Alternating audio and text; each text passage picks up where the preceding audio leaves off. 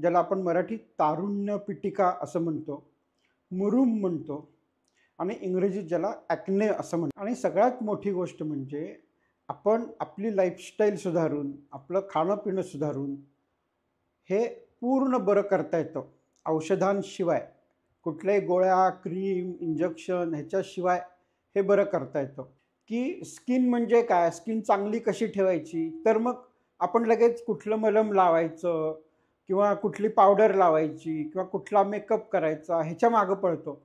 तसं आपल्या शरीरामध्ये जे रोग होतात, म्हणजे एक तर डायबिटीस आहे, ब्लड प्रेशर आहे, लठ्ठपणा आहे, ॲक्ने आहे.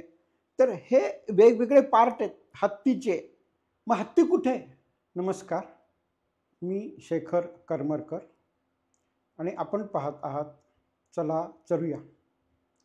मित्रांनो, आज जो आपण विषय बघणार आहोत तो कॉलेजमधल्या किंवा शाळेच्या 10वी नंतरच्या मुला-मुलींसाठी अतिशय महत्त्वाचा आणि अतिशय जिव्हाळ्याचा विषय आहे. आणि तो म्हणजे ज्याला आपण मराठीत तारुण्य पिटिका असं म्हणतो, मुरूम म्हणतो आणि इंग्रजीत ज्याला ॲक्ने असं म्हणतात, ACNE ॲक्ने. तर हा विषय इतका महत्त्वाचा आहे. आणि होतंय कसं, की अलीकडच्या काळात जेव्हा जवळ-जवळ प्रत्येकजण TikTokवरती, Instagramवरती किंवा कुठेतरी आपले चेहरे, प्रोफाईलमध्ये चेहरे दाखवत असतो आणि त्या चेहऱ्याला काही झालं, तर मग त्याचा मानसिकतेवर भयंकर मोठा परिणाम होतो. मुलांचं खच्चीकरण होतं, मुलं डिप्रेशनमध्ये जातात आणि होतं असं, की जेव्हा मुलं साधारणतः वयात येतात किंवा 10वी, 12वी किंवा अर्ली कॉलेज, तर ह्या फेजमध्ये या ॲक्नेचं प्रमाण हे भयंकर होऊन जातं आणि मग त्याचा त्रास बऱ्याच दृष्टीने होतो. म्हणजे तो सोशली होतो, तो सायकॉलॉजिकल होतो, मानसिक त्रास होतो आणि मग शारीरिक त्रास तर असतोच असतो, की चेहऱ्यावरती फोड असतात, मोठे-मोठे फोड असतात, लाल होतात, पुटकुळ्या येतात, चेहरा पूर्ण भरून जातो. कुठे चेहरा दाखवायची सोय राहत नाही. तर असं हे जे आहे तारुण्य पिटिका किंवा जे आपण ह्याला पुढे ॲक्ने असं म्हणूया, ते सोपं जातं थोडं म्हणणं.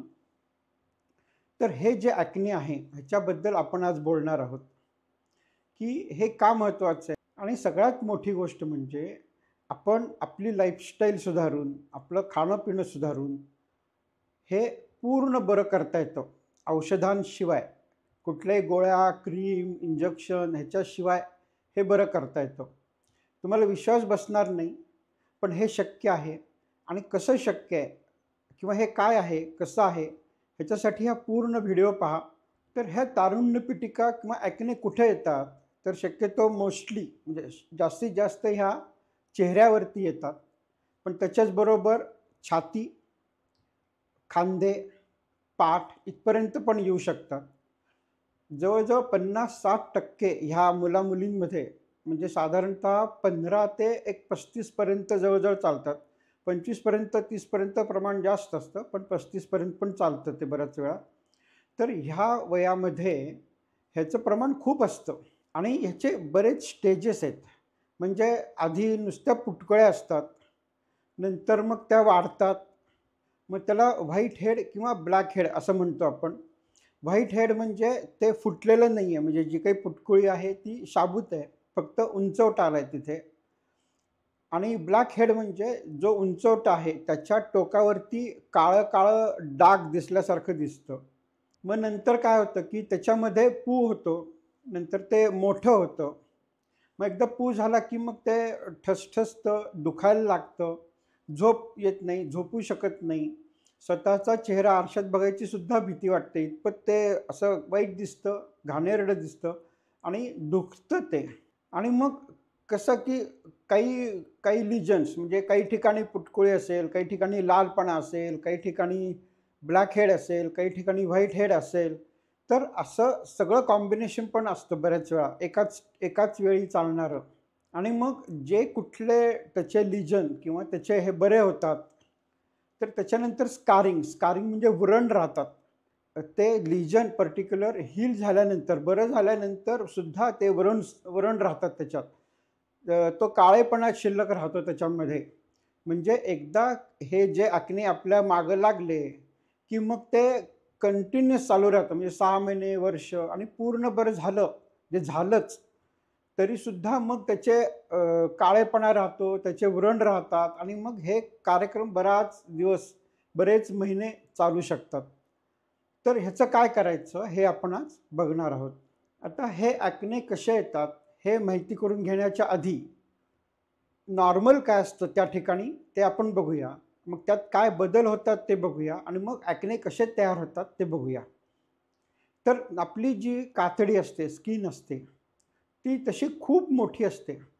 म्हणजे तुम्ही कधीतरी चित्रात किंवा कधीतरी प्रत्यक्षात वाघाची कातडी पाहिली असेल, हरणाची कातडी पाहिली असेल. म्हणजे अशी ती वाघ जो असतो त्याचं असं पूर्ण जर कातडं एका असं पसरून ठेवलं, तर ते खूप मोठं दिसतं.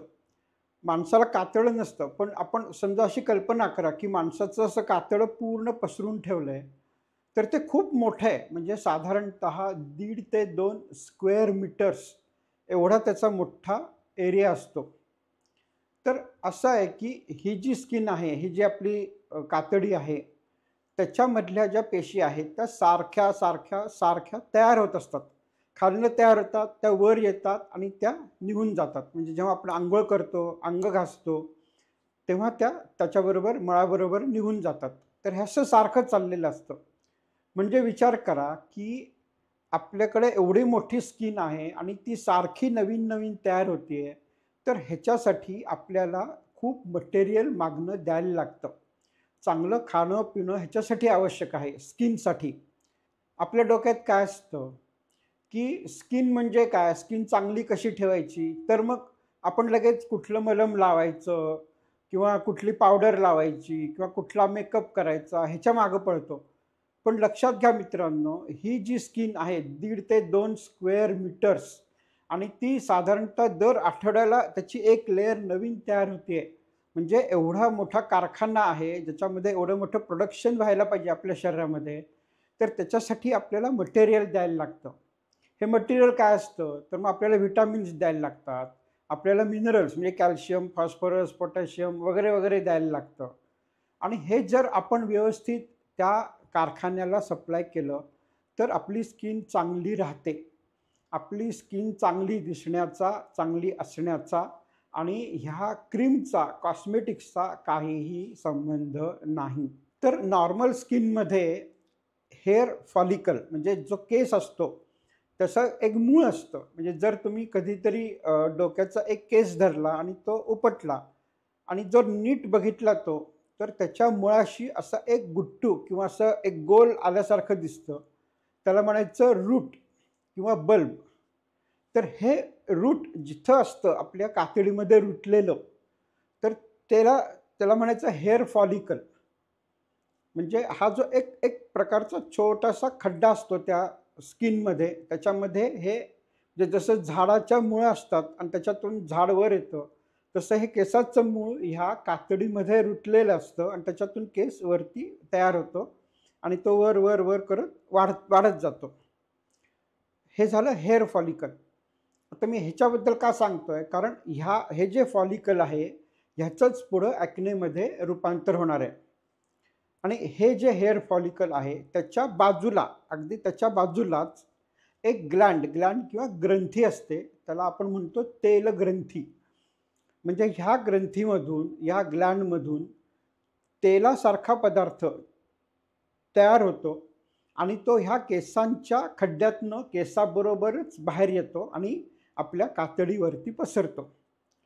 आणि हे जे आपल्या कातडीवरती तेल पसरलेलं असतं, त्याच्यामुळे आपल्या कातडीवर जेव्हा आपण पाणी टाकतो, तेव्हा आपली कातडी कागदासारखी ओली होत नाही. हे पाणी फेकून देते. म्हणजे जसं आपले छत्रीचं कापड पाणी ठेवत नाही स्वतःपाशी, ते फेकून दिलं जातं. तसं आपल्या कातडीवरती सुद्धा पाणी ठेवलं जात नाही आणि त्याचं कारण आहे हे तेल जे आपल्या तेलग्रंथीमधनं पसरतं त्या कातडीवरती. धर्मग्रंथी किंवा ज्याला घामाच्या ग्रंथी किंवा ग्लँड्स म्हणतो त्या वेगळ्या असतात. त्याच्यातून घाम येतो. घाम सारखा येत नाही. जर आपल्याला उकडायला लागलं तर तो घाम येतो. तो घाम वाळतो आणि त्याच्यामुळं आपल्या शरीराचं तापमान कमी होतं किंवा नॉर्मल राहतं. ह्या वेगळ्या, धर्मग्रंथी किंवा घामाच्या ग्लँड्स ह्या वेगळ्या, तेलाच्या ग्लँड्स वेगळ्या. घामाच्या ग्लँड्स ज्या असतात त्याचं पाणी किंवा तो जो घाम जो असतो तो डायरेक्ट कातडीवरती पसरतो. परंतु ह्या तेलाच्या ज्या ग्रंथी असतात त्याचं जे तेल आहे ते केसांबरोबर केसांच्या खड्ड्यामधनंच बाहेर येतं. आता हे एकदा आपल्याला कळलं की मग आपल्याला ॲक्ने कसे होतात ते आपण बघूयात. तर ॲक्नेची सुरुवात कशी होते, की हा जो खड्डा आहे म्हणजे हेअर फॉलिकल आपण ज्याला म्हणतो, त्याच्यातनं केस बाहेर आलेला आहे आणि त्याच्या बाजूनी जी ग्रंथी आहे त्याच्यातनं तेल बाहेर येत आहे. तर हा खड्डा काही कारणांनी, आता त्याच्याबद्दल बोलू आपण काय कारणं असतात त्याची, काही कारणांनी ब्लॉक होतो आणि एकदा ब्लॉक झाला की आतनं तेल येणं सुरूच असतं. ते काही थांबत नाही आणि वरनं तर ब्लॉक आहे, मग ते तेल आतमध्ये साठायला लागतं आणि तिथं ते पसरायला लागतं म्हणजे वाढायला लागतं. आतमध्येच त्याचं प्रेशर वाढतं. आणि मग होतं काय, की आपल्या कातडीवरती बऱ्याच ठिकाणी बॅक्टेरिया म्हणजे जीवाणू असतात. आता मी बॅक्टेरियाच म्हणतो कारण साबणाच्या लोकांनी सगळ्यांना बॅक्टेरिया म्हणजे काय आहे अगदी शिकवून टाकलेलं आहे. तर हे बॅक्टेरिया काही प्रकारचे त्याच्यामध्ये जातात आणि वाढायला लागतात. एकदा बॅक्टेरिया वाढायला लागले, की मग तिथे सूज येते, तो भाग लाल होतो, त्या भागात पू तयार होतो आणि मग आपल्याला ॲक्ने तयार होतात. जर ह्या खड्डाचं तोंड हे बंदिस्त असेल, त्याला आपण म्हणायचं व्हाईट हेड. म्हणजे आपल्याला तिथे फक्त पुटकुळी दिसते, जी उंचवटा आलेला आहे. आणि जर ते फुटलं किंवा त्याचं पोर म्हणजे ते जे होल आहे ज्याच्यातून तो केस बाहेर येतोय, ते जर ओपन असेल, तर मग आतमधलं जे तेल असतं किंवा तेलासारखा चिकट पदार्थ असतो, तो काळा पडतो हवेच्या संपर्कात येऊन आणि मग आपल्याला ते एक प्रकारचं काळं डॉट त्या ठिकाणी दिसतो. त्याला म्हणायचं ब्लॅक हेड. तर हे ब्लॉक जे आहे, जे बंदिस्त होतं काही कारणांनी, ते मुख्य कारण आहे ज्याच्यामुळे आपल्याला ॲक्ने होतात. मग हे ॲक्ने सुरूच राहतात. जर आपण ते हाताने फोडले, तर मग आतमधनं एक असा चिकट सिलिकॉनसारखा दिसणारा पदार्थ बाहेर येतो. आपल्याला वाटतं चला आता बरं झालं, पण बरं होत नाही. कारण आतमधनं पुन्हा तेल येतं, पुन्हा बॅक्टेरिया येतात आणि पुन्हा ते वाढत जातात आणि हे चालूच राहतं, कंटिन्यूअस चालू राहतं. मग लालपणा कमी जास्त असेल, उंचवटा कमी जास्त असेल, ॲक्ने फुटतील, न फुटतील आणि ह्याचं सगळ्याचं कॉम्बिनेशन आपल्याला सहन करायला लागतं. आणि गंमत अशी आहे, की ह्याचं कारण काय आहे? हे कशामुळे होतं? आणि हे जर एकदा तुम्ही समजून घेतलं, तर तुम्हाला अक्षर लक्षात येईल, की चांगला आहार, चांगलं खाणं-पिणं आणि चांगल्या सवयी म्हणजे स्मोकिंग किंवा धूम्रपान नाही करायला पाहिजे, दारू नाही पिली पाहिजे आणि चांगलं खाल्लं पाहिजे. जे काय खाल्लं पाहिजे ते आता थोड्या वेळाने मी सांगणार आहे. तर हे महत्त्वाचं आहे. क्रीम्स, लोशन हे वगैरे ह्या टेम्पररी गोष्टी आहेत, तात्पुरत्या गोष्टी आहेत. ते काही सोल्युशन नाही. त्यांनी पूर्ण बरं होणार नाही. तर हे कशामुळे होतं हे आपण समजून घेऊयात आधी. तर ह्याचा सगळ्यात मोठा प्रॉब्लेम असा आहे, की आपल्या स्किनमध्ये जी सगळ्यात वरची लेयर आहे, सगळ्यात वरचा जो थर आहे, तो सारखा पडत असतो आणि हे ह्यातल्या ज्या सेल्स आहेत, त्याचे जे फ्रॅगमेंट्स किंवा त्याचे जे कण आहेत, ते त्या खड्ड्यात जाऊन बसतात, तेलाबरोबर मिसळतात आणि ते खड्डे ब्लॉक करतात. मग आता तुम्ही म्हणाल, की हे सगळ्यांना का नाही होत? असं असं जर असेल, तर मग सगळ्यांनाच ॲक्ने व्हायला पाहिजेत, पण नाही होत. तर त्याची गंमत अशी आहे, की ज्यांच्या आहारामध्ये काही गोष्टी कमी आहेत, म्हणजे व्हिटॅमिन ए कमी आहे, व्हिटॅमिन सी कमी आहे, अशा बरेच पदार्थ आहेत. तर त्याची जर कमतरता असेल, तर ह्या कातडीमधल्या वरच्या भागातल्या ज्या पेशी आहेत, त्यांना एकमेकांना चिकटून राहता येत नाही. कारण चिकटून राहण्यासाठी जे मटेरियल आवश्यक असतं, ते त्यांच्या शरीरात बनत नाही आणि त्याच्यामुळे मग त्यांचं सुट्टं व्हायचं प्रमाण वाढतं आणि हे जे सुट्टे झालेले कण आहेत, फ्रॅगमेंट आहेत, ते त्या पोरमध्ये जाऊन बसतात आणि मग आपल्याला ॲक्ने सुरू होतात. आणि दुसरी महत्त्वाची गोष्ट अशी आहे, की ह्या सिबॅशियस ग्लॅंड म्हणायचं त्याला आणि जे तेल आहे त्याला म्हणायचं सिबम. सिबम म्हणजे ग्रीक वर्ड आहे. हे ग्रीकमध्ये सिबम म्हणजे तेल किंवा टॅलो किंवा प्राण्याचं फॅट. म्हणजे आपण जेव्हा बैल कापला जातो किंवा डुक्कर कापलं जातं, तर त्याच्यामध्ये जी चरबी असते त्याला म्हणायचं टॅलो. आणि ह्या टॅलोसाठी जो ग्रीक शब्द आहे त्याला म्हणायचं सिबम. तर आपण थोडक्यात त्याला तेल म्हणूया. तर हे जे तेल असतं, तर ह्या तेलामध्ये एक प्रकारच्या फॅट, म्हणजे ज्याला आपण फ्री फॅटी ॲसिड असं म्हणतो. आता हे फ्री फॅटी ॲसिड म्हणजे काय, तर जेव्हा आपण काही तेलकट पदार्थ खातो, तर त्याचं पचताना हळू करत फ्री फॅटी ॲसिडमध्ये रूपांतर होतं. किंवा आपण जर एक्सेस साखर खाल्ली, म्हणजे मी बिस्किटाचा पुडा खाल्ला किंवा श्रीखंड खाल्लं, तर त्याच्यामधनं जी मला साखर मिळते, ती साखर जर माझ्या शरीराला जास्त होत असेल, तर त्या साखरेचं रूपांतर सुद्धा फ्री फॅटी ॲसिडमध्ये केलं जातं. आणि हे फ्री फॅटी ॲसिडचं प्रमाण ह्या तेलामध्ये, म्हणजे सेबॅशियस ग्लॅंडच्या सिबममध्ये जर मोठ्या प्रमाणात वाढलं, तर ते जे तेल आहे ते खूप चिकट किंवा व्हिस्कस बनतं. आणि मग त्याच्यामध्ये ज्या सुट्ट्या झालेल्या कातडीच्या सेलच्या कण आहेत ते मिसळतात, ते ब्लॉक करतात आणि मग आपल्याला ॲक्ने होणं सुरू होतं. म्हणजे थोडक्यामध्ये हे सगळं बाजूला ठेवून अगदी थोडक्यात सांगतो, की आपली स्किन ही फ्रॅजाईल होते. फ्रॅजाईल म्हणजे पटकन अशी निघून जाणारी होते. आणि दुसरी म्हणजे आपलं तेल जे आहे त्याच्यातून येणारं ते जास्त घट्ट होतं. आणि ह्या दोन्ही गोष्टीसाठी आपला आहार जबाबदार आहे.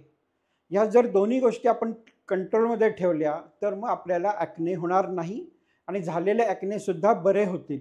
मग पुन्हा एक गोष्ट सांगतो, की हे प्युबर्टी म्हणजे कॉलेजच्या वयामध्ये का होतं? तर जेव्हा मुलं वयात येतात, तेव्हा त्यांची वाढ झपाट्याने व्हायला लागते. त्यामुळे त्यांना लागणारा आहार, त्यांना लागणारे व्हिटॅमिन, त्यांना लागणारं कॅल्शियम वगैरे पदार्थ खूप मोठ्या प्रमाणात लागतात. म्हणजे एकीकडे गरज खूप वाढते आहे. आणि गंमत अशी आहे, की जेव्हा ह्या वयामध्येच मुलं मग बाहेर खायला जास्त लागतात. म्हणजे मग पिझ्झा खा, चिप्स खा, वेफर्स खा, कुकीज खा, बर्गर खा. म्हणजे चांगलं खाणं हे खूप कमी होतं. म्हणजे गाजरं, मुळा, बीट, पालक हे कमी होतं. कचरा अन्न म्हणजे जंक फूड, म्हणजे ज्याला मी मराठीत कचरा अन्न म्हणतो, हे कचरा अन्न वाढतं. म्हणजे त्याच्यामुळे त्या मुलांमध्ये एका बाजूला ह्या स्किनच्यासाठी, बोनसाठी म्हणजे सगळ्याचसाठी वाढीसाठी जे लागणार आहे ते त्याची गरज वाढलेली आहे. आणि दुसऱ्या बाजूला मुलांचं खाणं कचऱ्याकडे जास्त झालेलं आहे. त्यांना नीट खाणं मिळत नाही आहे. त्याच्यामुळं मग काय होतं, की ही जी स्किन तयार होतीये, ती कशी होणार? कुठून होणार? आणि मग आपल्याला ॲक्ने सुरू होतात.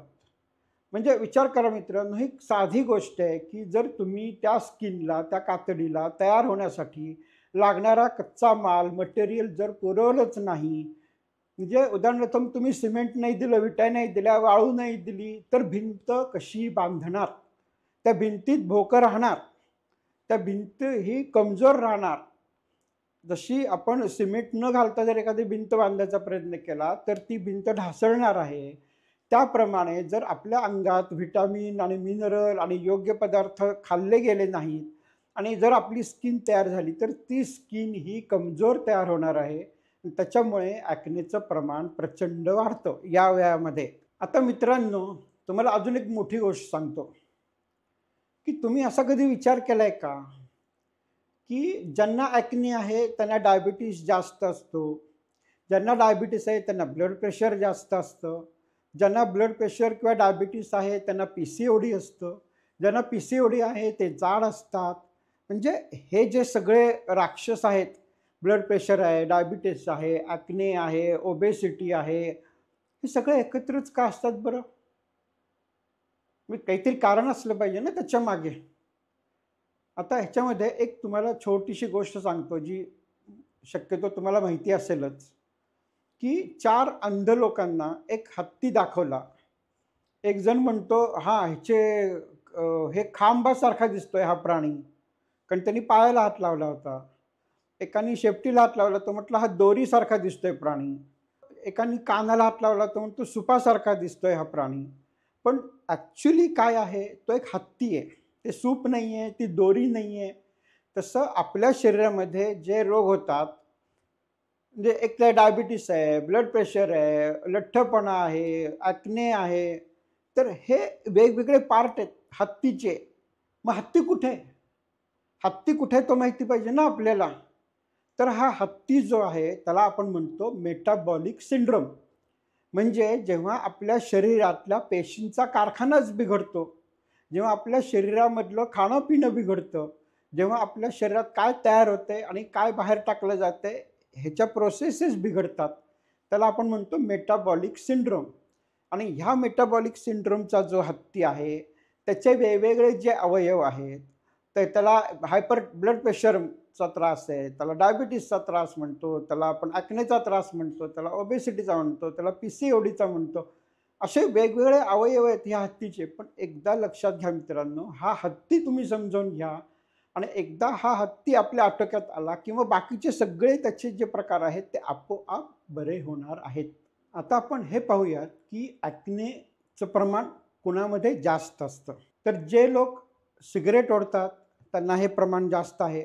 जे दारू पितात त्यांच्यासाठी हे प्रमाण जास्त आहे. म्हणजे कुठल्याही प्रकारचं व्यसन हे त्याच्यामध्ये ॲक्नेचं प्रमाण वाढतं. मग त्याच्यानंतर आहे मोठा प्रकार, तो म्हणजे आपली लाईफस्टाईल. म्हणजे जर आपल्याला काही प्रकारचा स्ट्रेस असेल, ताण असेल, म्हणजे काय परीक्षा आली असेल, लग्न ठरत असेल किंवा ठरत नसेल, हे दोन्ही गोष्टीचा ताण असतो. तर ह्याच्यामध्ये हे ॲक्नेचं प्रमाण वाढतं. आणि सगळ्यात मोठं म्हणजे जंक फूड. म्हणजे उदाहरणार्थ बर्गर, फ्राईज, चिप्स हे जर तुम्ही खात असाल तर तुम्हाला ॲक्नेचं प्रमाण खूप प्रचंड वाढतं त्याच्यामध्ये. आणि जर तुम्ही योग्य प्रकारे पालेभाज्या, फळं वगैरे खात नसाल तरीसुद्धा ॲक्नेचं प्रमाण वाढतं. म्हणजे ज्याला आपण लाईफस्टाईल म्हणतो. त्याच्यामुळे पुन्हा एकदा हा लाईफस्टाईल डिसीज आहे. मग त्याच्यामध्ये ट्रीटमेंट काय केली जाते? तर हा व्हिडिओ बनवण्यासाठी म्हणून मला थोडा अभ्यास करायला लागतो. आणि त्याचा एक भाग म्हणून याच्यावरती उपलब्ध असलेले मी कित्येक व्हिडिओज बघितले. आणि मग शेवटी असं झालं की माझं डोकं गरगरायला लागलं. म्हणजे जर तुम्ही कुठल्याही म्हणजे TikTokवरती जा, Instagramवरती जा, YouTubeवर जा, Googleमध्ये सर्च करा आणि फक्त लिहा की ॲक्ने ट्रीटमेंट. तर तुम्हाला भोवळ येईल एवढ्या प्रकारचे प्रॉडक्ट्स बाजारामध्ये उपलब्ध आहेत. आता त्या प्रॉडक्टमध्ये जे काही थोडेफार इन्ग्रेडियंट किंवा मुख्य घटक असतात ते आपण पाहूयात. तर त्याच्यामध्ये कसं असतं, मेन असतं ते मॉइश्चरायझर वापरलं जातं. मॉइश्चरायझर म्हणजे आपली त्वचा ही मॉइस्ट म्हणजे ओलसर ठेवण्यासाठी जी काही मलमं असतात, तर त्याचा एक प्रकार असतो. मग क्लिन्झर असतात. क्लिन्झर म्हणजे स्वच्छ करणारं काही द्रव असतात किंवा काही लोशन्स असतात. तर तो एक प्रकार असतो. आणि नंतर मग काही प्रकारची औषधं ह्याच्यासाठी वापरली जातात. त्याच्यामध्ये पहिलं आहे सॅलिसायलिक ॲसिड. तर हे काय करतं की आपली जी त्वचा आहे त्या त्वचेची सगळ्यात वरचा जो लेयर आहे तो काढून टाकतं. त्याच्यामुळे आपले जे खड्डे आहेत, त्या हेअर फॉलिकल्सचे खड्डे आहेत, त्याच्यामध्ये जे साठलेलं आहे ते पण निघून जातं आणि मग थोडासा आपल्याला रिलीफ मिळतो त्या ॲक्नेमधनं. हे झालं सॅलिसायलिक ॲसिड. मग नंतर ह्याच्यामध्ये अँटिबायोटिक्स वापरली जातात. बऱ्याच वेळा डॉक्सिसायक्लिन वापरलं जातं. मलमांमध्ये पण अँटिबायोटिक असू शकतं किंवा तोंडाने घ्यायच्या पण गोळ्या असू शकतात. तर हे अँटिबायोटिक जर तोंडाने घेतलं तर त्याचा प्रॉब्लेम काय येतो की त्याच्यामुळे तुमच्या गट म्हणजे छोट्या आणि मोठ्या आतड्यामध्ये जे असलेले बॅक्टेरिया आहेत, जे चांगले बॅक्टेरिया आहेत, म्हणजे ज्याला आपण मित्र जीवाणू म्हणू, तर ते सुद्धा मारले जातात. कारण ते शेवटी अँटिबायोटिक आहे आणि मग त्यांनी डायरिया लागतो. म्हणजे ह्याच्यामधली जी आपण ट्रीटमेंट घेतोय ती कुठलीही ट्रीटमेंट अशी नाही आहे की ज्याला साईड इफेक्ट्स नाही आहेत. म्हणजे जर तुम्ही सॅलिसायलिक ॲसिड वापरायला गेलात तर मग तुम्हाला स्किनचं इरिटेशन म्हणजे आग जास्त होते. कारण ते स्किन खरवडून काढली जाते त्याच्याकडनं किंवा मग स्टेनिंग होतं. म्हणजे डाग पडतात तुमच्या चेहऱ्यावरती किंवा इव्हन कपड्यावरती पण पडतात. तर असं कुठलंच औषध नाही आहे ज्याचं साईड इफेक्ट नाही आहेत. तर ह्या व्हिडिओमध्ये मी फारसं औषधांच्या किंवा लोशनच्या, क्रीमच्या मागे फारसं सांगणार नाही आहे. कारण माझा व्हिडिओ बनवण्याचा एक मोठा उद्देश असा आहे की ह्यातले कुठलेही प्रॉडक्ट तुम्ही वापरू नका. कारण जर तुम्ही मी सांगितल्याप्रमाणे तुमचा आहार सुधारला, तुमचा स्ट्रेस कमी केला, झोप व्यवस्थित घेतली, तर हे ॲक्ने पूर्णपणे बरे होणार आहेत. आणि दुसरी एक महत्त्वाची गोष्ट सांगतो, आपली स्किन, आपली त्वचा ही त्याची तीच काळजी घ्यायला पूर्णपणे समर्थ आहे. आता जेव्हा आपण आपल्या स्किन केअरचा विचार करतो, तेव्हा आपल्या डोक्यात फक्त कुठलीतरी क्रीम लावा, मलम लावा, मेकअप करा असंच येतं. पण लक्षात घ्या मित्रांनो, की ह्याची काहीही गरज नसते. आपण जे अंघोळीसाठी साबण वापरतो, त्याचीसुद्धा आपल्या शरीराला गरज नसते. कारण आपल्या त्या तेलग्रंथीमधून जे तेल आपल्या पूर्ण कातडीवर पसरतं आणि आपण जर साबण वापरला तर ते तेल पूर्णपणे निघून जातं, काढलं जातं आणि मग पुन्हा आपल्या शरीराला जास्त काम करून पुन्हा ते तेल तयार करून पुन्हा कातडीवर पसरवण्याची गरज लागते. त्याच्यामुळे साबणाचे प्रॉब्लेम्स बरेच आहेत. मी स्वतः मागच्या 10 वर्षापासून साबण वापरलेला नाही. फक्त जेवणाच्या आधी किंवा शौचानंतर जो आपण हात धुतो त्याच्यासाठी सोडलेला साबण वगळता मी साबण वापरत नाही. आणि माझ्या कातडीला मागच्या 10 वर्षात काहीही झालेलं नाही आहे. फक्त एक स्क्रबर घ्या कुठल्याही प्रकारचा, म्हणजे जसं आपण भांडी घासण्याचं एक स्क्रबर असतो, तसे अंग घासण्याचे पण स्क्रबर मिळतात. तर त्यांनी अंघोळ करताना जर तुम्ही स्क्रबर वापरून साफ केलं तर तुम्हाला साबणाची थोडीसुद्धा गरज लागत नाही. चेहऱ्याला नाही लागत, डोक्याला नाही लागत, अंगाला नाही लागत. साबणाची गरजच नाही आहे आपल्याला मुळात. कारण ते साबण वापरून काय होतं, की आपल्या शरीरावरचं तेल निघून जातं, जे आवश्यक आहे आपल्या शरीरासाठी. म्हणजे हा एक थोडा वेगळा मुद्दा झाला. ह्याचा ॲक्नेशी तसा डायरेक्ट संबंध नाही आहे. पण तरी पण मी तुम्हाला सांगतो, की स्किन केअर म्हणजे आपण फक्त व्यवस्थित अंघोळ केली, स्वच्छ अंग घासून घेतलं, पुसलं, त्याच्या पलीकडे आपल्याला काहीही करायला लागत नाही, लागू नये.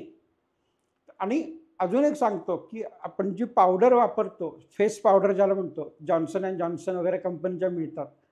तर ती पावडर जर आपण मायक्रोस्कोप खाली पाहिली, तर ती एका दगडाची पूड असते. आणि जसं आपला रवा असतो, तसं तो एक दगडाचा चुरा असतो. तो अगदी फाईन असतो, पण शेवटी चुरा असतो. आणि मायक्रोस्कोपिक लेव्हलला जर जाऊन आपण बघितलं, तर त्याच्यामध्ये ओबड-धोबड दगड असतात. एकदम बारीक जाऊन बघितलं तर. आणि जेव्हा आपण ती पावडर आपल्या चेहऱ्याला लावतो, तेव्हा आपल्या चेहऱ्यावरती, स्किनवरती त्याचे ओरखडे उमटतात. त्याच्यामुळे आपल्याला फेस पावडरची गरज नसते, कुठल्याही मलमची, लोशनची. म्हणजे एक खोबरेल तेल सोडलं, जे तेल आपल्या शरीराच्या कातडीवर ऑलरेडी असतं, तशाच प्रकारचं तेल सोडलं, तर बाकी आपल्या शरीराला काहीही लावायची गरज नसते, नाही लागली पाहिजे. फक्त तुमचा आहार तुम्ही चांगला ठेवा, तुमची लाईफस्टाईल चांगली ठेवा, झोप व्यवस्थित घ्या, स्ट्रेस कमी करा आणि तुम्हाला ॲक्ने तर होणार नाहीतच नाहीत, पण बाकीसुद्धा कातडीला काही त्रास होणार नाही तुमच्या. आणि मग आता मुख्य माझ्या विषयाकडे वळतो, की आपल्या आहारात काय बदल केले पाहिजेत. तर मी 2 गोष्टी सांगतो, की एक काय करायचं आणि दुसरं म्हणजे काय करायचं नाही. तर काय करायचं नाही ह्याच्यामध्ये कुठल्याही पदार्थामध्ये ज्यात साखर आहे, ज्याच्यामध्ये डालडा आहे आणि ज्याच्यामध्ये मैदा आहे, ते पूर्ण बंद करायचे. नंतर तेलकट पदार्थ पूर्ण बंद करायचे. त्याच्यामध्ये फ्राईज आला, बर्गर आला किंवा हे जे जंक फूड ज्याला म्हणतो आपण, पिझ्झा, पास्ता वगैरे ते सगळे बंद करा. बिस्किटं, बेकरी प्रोडक्ट सगळे बंद करा. हे फार महत्त्वाचं आहे. कारण हे जर तुम्ही चालू ठेवलं, तर तुमचं जे सिबम म्हणजे जे तेल आहे त्या ॲक्नेच्या पोअरमधलं, ते घट्ट होत राहील, ते तुम्हाला छळत राहील आणि ते तुमचं कधीच बरं होणार नाही. त्याच्यामुळे हे सुधारणं फार आवश्यक आहे. आणि दुसरं बाजूला म्हणजे आपली शरीरची त्वचा तयार होण्यासाठी जे मटेरियल लागतं, ते आपल्याला त्याला दिलं पाहिजे. त्याच्यामुळे ते मटेरियल ज्याच्यातून मिळतं, ते आपण खाल्लं पाहिजे. त्याच्यामुळे त्यात गाजरं आहे, लिंबू आहे, संत्री आहे, मोसंबी, फळं, भाज्या आणि कच्चं खा. जेवढं शक्य आहे तेवढं कच्चं खा.